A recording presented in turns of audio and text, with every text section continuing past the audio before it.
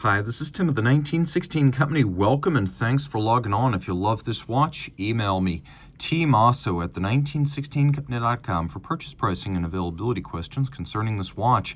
Today, a 2025 launch from Geneva Watch Days from Bethune DB28xs. This is the DB28xs kind of blue tourbillon. So the kind of blue tourbillon debuted in 2016. This is now in the XS case, the smallest and the most wearable. In fire blue grade 5 titanium, this watch measures 38.7 millimeters in diameter, 9.4 millimeters thick, from lug tip to lug tip, fully extended 48.9 millimeters, fully compressed. The ergonomic spring-loaded and patented floating lugs are only 45.5, and then it's a 23 millimeter spacing between the lugs. We'll throw this on my wrist, which is 16 centimeters in circumference, and it wears beautifully, comfortably, handsomely. And I have to say, all things considered, this is a watch that wears probably suitable for a wrist as small as 14 centimeters circumference. It's also very thin and will slide under a cuff. You can see it's nowhere near challenging the confines of my wrist, and those floating lugs do make a difference ergonomically. So here's my wrist at 16, 14 centimeters circumference, maybe even 13 and a half, game on. Being made entirely of titanium and sapphire, it's also very, very light.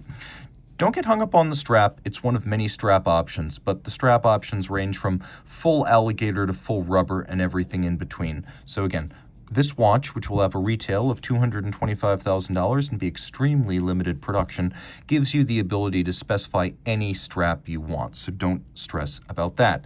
Of course, this is the XS case, so the XS means extra small, but really it's a nice all-around size, as it's just under 39 millimeters without the lugs, and then the lugs add a little bit of extra size for good wrist presence in spite of its compactness. Floating lugs, first seen in 2008 on the DB26 perpetual calendar, now a signature of the brand. You can see we've got a monoblock case where the bezel and the case are all one piece, and everything loads through the case back, so we have this lovely seamless aesthetic up top. The lugs are evacuated, open, airy, and you can see these little bullet tips on the end. That is a Bethune styling trademark that's continued since the DB1 chronograph of 2002, the very first watch. What's interesting is that if you do scratch through the fired blue coating on this grade 5 titanium watch, it can be refired and re-blued when it goes back to the factory. But I would actually recommend that if all you do is burnish it and thin it out, just leave it. Unless you scratch straight through, leave it. Because you can see this is a well-worn press demonstrator prototype, and it's been beautifully burnished by all the wear and tear and use by different journalists and prospective customers around the world, and it creates this lovely burgundy burnishing that I find absolutely gorgeous, and no two will ever evolve the same way. It's almost like patination on bronze or sterling silver. Okay, the dial of the watch, almost one and the same as the caliber 2009 V7, so we've got two barrels, 30 millimeters in diameter. We have a 30-second tourbillon moving at twice the speed of a standard tourbillon. 63 parts. It's made of silicon, white gold, and titanium. Weighs only 18 hundredths of a gram. That's 0.18 gram. The lightest part is 1/10,000th of a gram. You can see that we've got a fast beat rate. Maybe you can't see, but you can probably sense 36,000 vibrations per hour like a Zenith El Primero, so a double speed tourbillon and a 10 beat per second escapement. You can see the company's proprietary silicon escape wheel design to reduce the mass as well as the need for lubrication.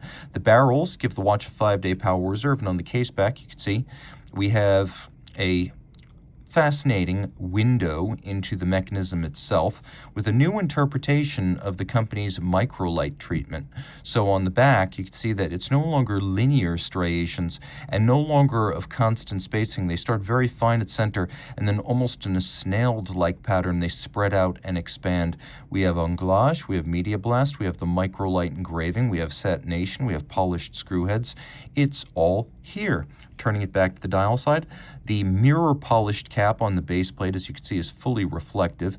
We've got snailing on the barrel covers. We've got micro beveling on the teeth of the ratchet wheel, which is a very cool detail. You can see we've got a cap atop the barrel bridge that is also fire blued titanium, but with both high polish and microlight engraving. The watch features a large 30mm movement diameter, so it fully fills out this case. And then outboard, you can read the minutes across these serrations, and note that the hour and minute tracks are actually engraved and stacked and differentially colored so you can easily read them. It is a somewhat vocal watch. In a quiet room you can hear it ticking, and that's characteristic of most tourbillon regulators.